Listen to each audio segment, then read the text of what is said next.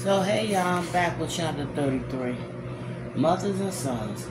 Who among us can question their bond? Who would doubt what they are capable of doing for one another? Boys are born into the world and held by the one woman that will forever forgive them. Mother never loses that image of their baby boy, helpless and pure in their arms. Even as the boy grows with bad intentions and a less than pure heart, the naughtiness is charming at first. As he becomes a teen, though, it becomes destructive.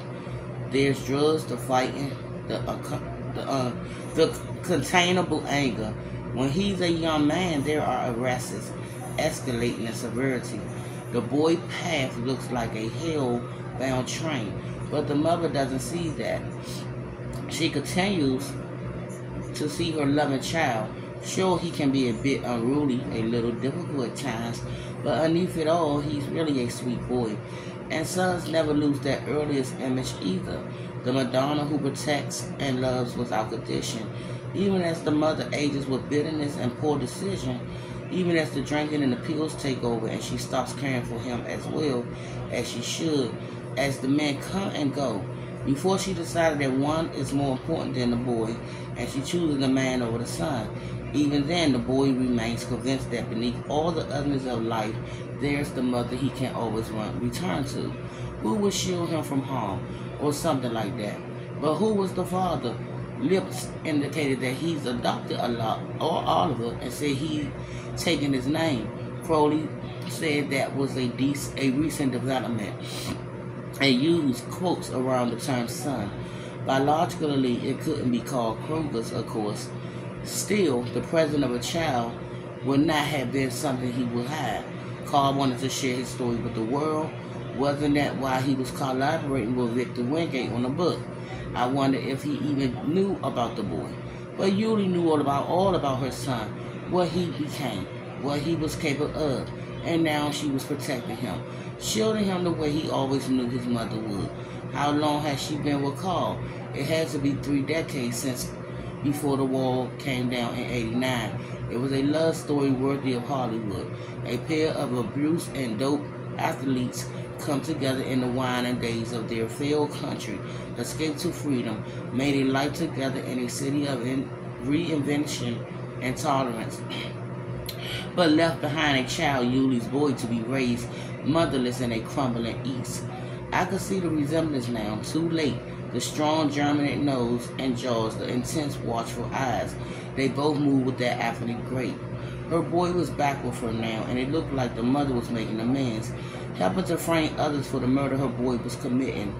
Could he have killed her love, her call? Would mother choose son over husband? And when had Oliver turned on Crowley, his one-time boss? Had mother instructed son to tie up those loose ends? Now that she has a drunken fall guy, it closed a circle and contains their sins, while Cass and I pay for them. I tried to explain this theory to the detectives. One looked on with pity, the other with contempt. Detective Miller asked her partner for a moment alone with me. His parting shots, "We got you, loser," and maybe they did. When he was gone, Leah took the chair across from me. Something like simply flashed in her eyes. I wondered if this was a bad time to ask for a second chance. Doug, have you ever heard of a condition called alcohol-induced psychosis? Jesus Christ, Leah. It's always known as a pathological intoxication. There's a growing body of literature of that. So you're telling me that I'm hallucinating that entire trip to Cash Dungeon where I let Yulie whip me, and meanwhile I was actually in a blackout state where I went off and killed James Crowley? That's what we're going with here? You've been drinking for 11 hours straight by your own admission, she said. Will you just check out Cass' place, please? I can tell you where it is. My prince must be there. Someone must have seen us coming or going. Please, Leah. This isn't some alcoholic hallucination. I did not kill James Crowley. I don't even know how to reach the guy. What's the address, she asked. The what? The address to your partner's apartment on August. What is the address? I'm not sure. Fucking hell, Doug. Wait, it's just north of Canal, about halfway up the block on the west side of the street. There's a blue sign that says success next door. There's a red door with a bench out front. Her place is on the first floor of a tenement at the end of the hall, last door on the left. But you don't know her exact address. That was my first time there, I shouted. That was the thing. I never seen her place before. Cass always guarded her privacy.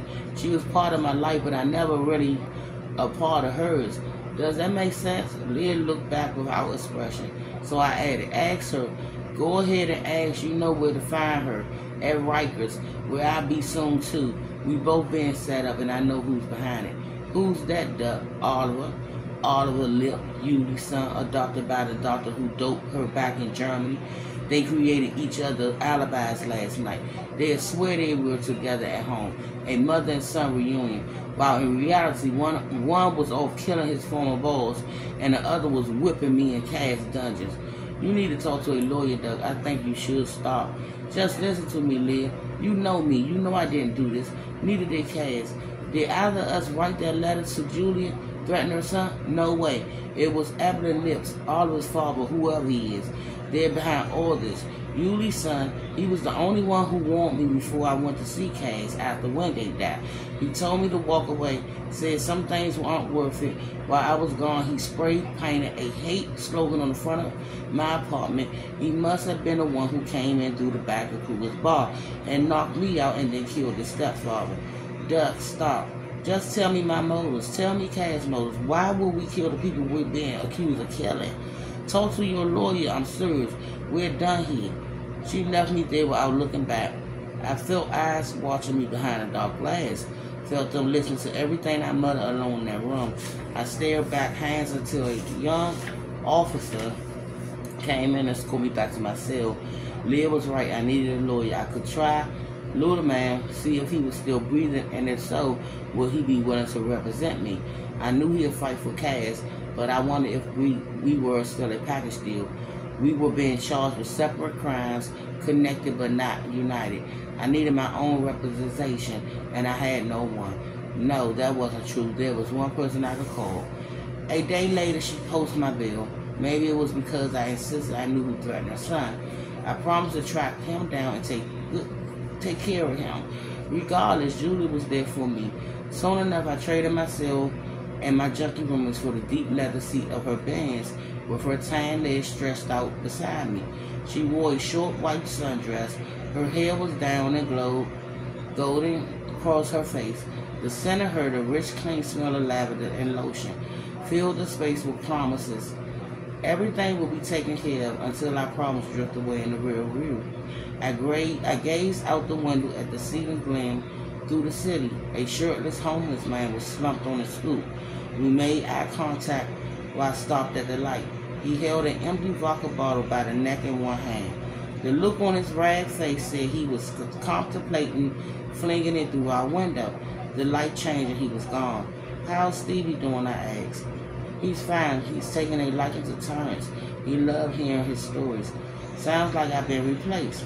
She glanced over but didn't reply. We drove a few more blocks in a silence. She said, so tell me how you're going to deal with this. How are you going to find this guy and prove he did it? I'm working on it. You haven't got a clue, have you? I said I'd take care of it. Well, at least you have some strong and sister. It's your ass that's going down if you don't. Thanks for the reminder.